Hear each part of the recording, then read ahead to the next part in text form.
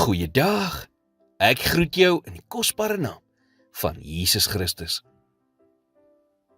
'n Mens sien dikwels in die skrif dat God in die oggend met 'n mens sal praat.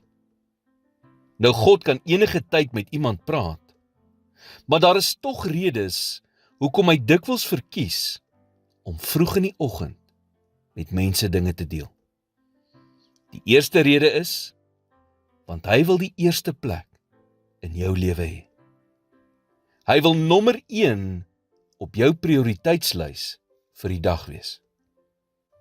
So voordat jy jou rekenaar aanskakel of deur jou foon gaan, leer om stil te word en laat God jou insig en begrip gee oor wat belangrik is vir jou vir hierdie dag en vir jou lewe.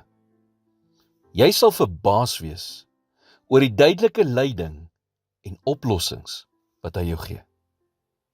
Dan sien 'n mens hoe Psalm 37 vers 23 'n werklikheid in jou lewe word, wat sê, deur die Here word die gange van 'n man bevestig, en hy het 'n welbehae in sy weg.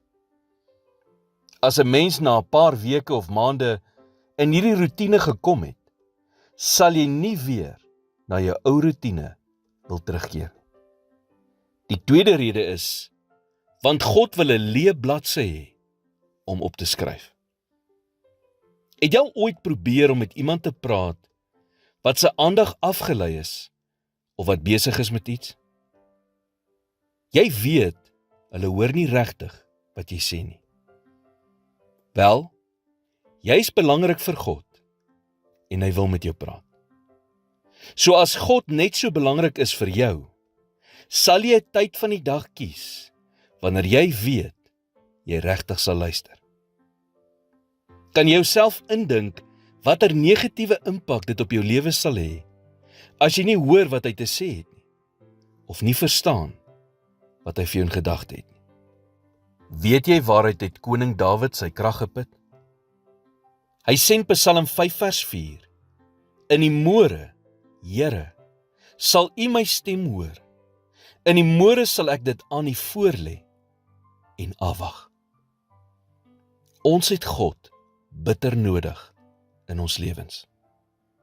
Om egter sensitief te wees vir sy leiding, moet hy bo aan jou prioriteitslys wees. Here, met alles wat ek het om te doen, kan ek nie bekostig om tyd alleen saam met U